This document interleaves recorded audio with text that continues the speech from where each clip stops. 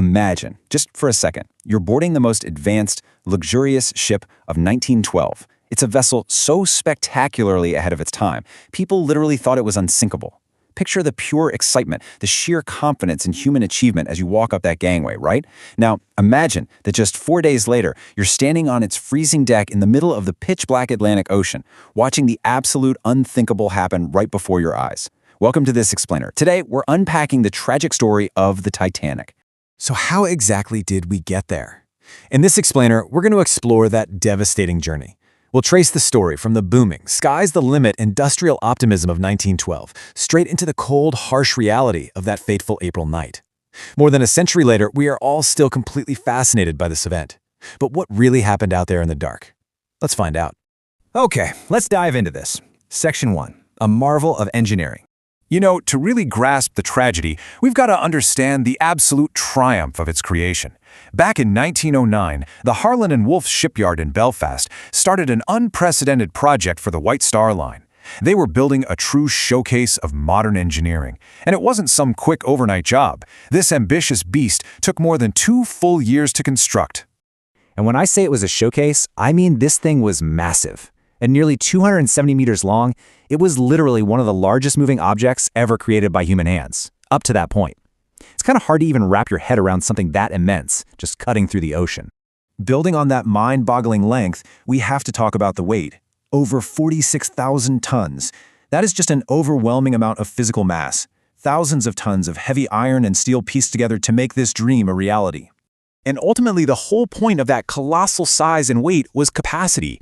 It was built to carry thousands of people across the Atlantic, between Europe and America.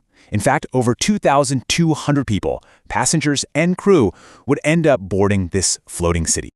Section 2. A floating luxury hotel.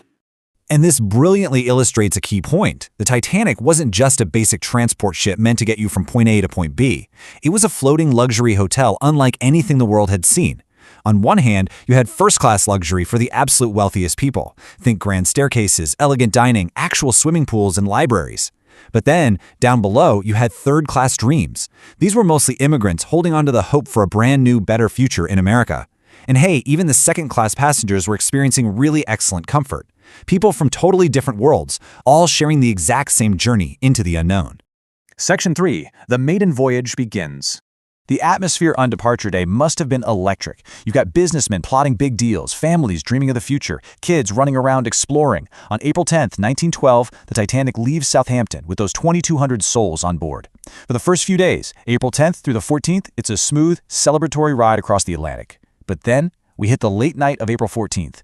The ship is pushing steadily forward right into the treacherous ice fields.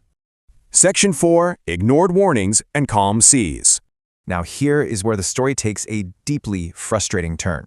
They weren't flying blind out there. Nearby ships were actively sending warnings about dangerous ice fields, and we know those messages actually made it directly to the Titanic's bridge. But despite that, the crew maintained their high speed. Why? Well, nobody really expected a disaster. They essentially trusted human eyes to spot danger, relying heavily on just visual lookouts in the freezing dark. And the conditions that night, the weather was perfectly calm. The sea itself was unusually still, almost like flat glass. So the crucial point is this eerie phenomenon known as the irony of the still sea. You'd normally think perfect, calm weather is exactly what you want out on the ocean, right? But ironically, those perfect conditions are what sealed their fate. Because the water was totally flat, there were no waves crashing against the bases of the icebergs. No crashing waves means no white water. And without that white water, those massive mountains of ice were almost invisible to the lookouts in the pitch black. The perfect weather was literally the perfect trap. Section 5. The fatal collision. Late that night, the trap finally springs. It happens fast. 2 lookouts suddenly spot an iceberg directly ahead.